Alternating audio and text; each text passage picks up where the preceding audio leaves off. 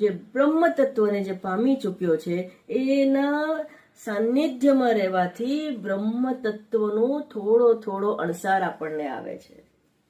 એમ ગુરુનું, સાચા ગુરુનું સાનિધ્ય એના શરીર ઉપરથી વહેતી કોઈ હવાનો ઝોકો પણ હોય તો તમને પાવન કરતો જશે.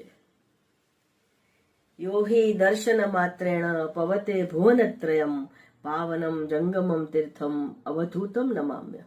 જેના દર્શન માત્રથી ત્રણે પાતક બધી જ જાતના પાપથી મુક્ત થઈ જાય છે મનુષ્ય. કેવો હોય એ ક્ષત્રિય બ્રહ્મનિષ્ઠ. તો આ જે જ્ઞાન છે, પરમાત્મા તો આપણી અંદર જ છે, જે આપણી વાતની શરૂઆત હતી કે અંદર જ છે.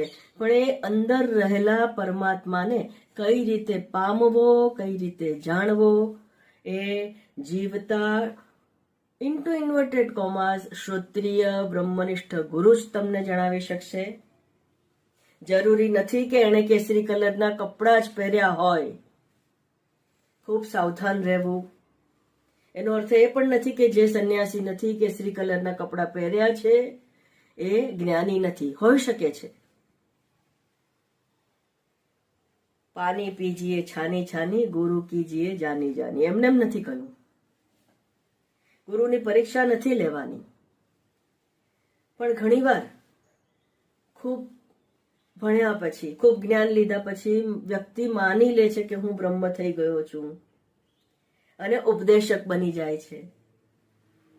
હું એટલા માટે વારંવાર ચેતવું છું કે જે શિષ્ય બનવા પહેલા ગુરુ બની ગયો છે, જે ભક્તિ યોગ, જ્ઞાન યોગ, ક્રિયા યોગ, હઠ યોગ, ઉપાસના યોગ, નિષ્કામ કર્મ યોગ, આ બધા યોગમાંથી પસાર થયા વગર જેની બુદ્ધિથી, જેણે અહંકારથી માની લીધું છે કે હું પરમાત્માને પ્રાપ્ત થઈ ગયો છું, મારે હવે આ કશાની જરૂર નથી, મારે સગુણ સાકારની કોઈ ભક્તિની જરૂર નથી, કોઈ પૂજા, કોઈ દર્શનની જરૂર નથી, જેણે માની લીધું છે, જેના અહંકારે માની લીધું છે, જે કોઈ જીવતા ગુરુના ચરણમાં ઝૂક્યો નથી અને જો સંપર્કમાં પણ આવે છે તો ગુરુને પ્રવચન આપવા માંડે છે. હવે એવા પણ આવવા માંડ્યા છે અમારી પાસે, સમજાવવા વાળા આવ્યા છે.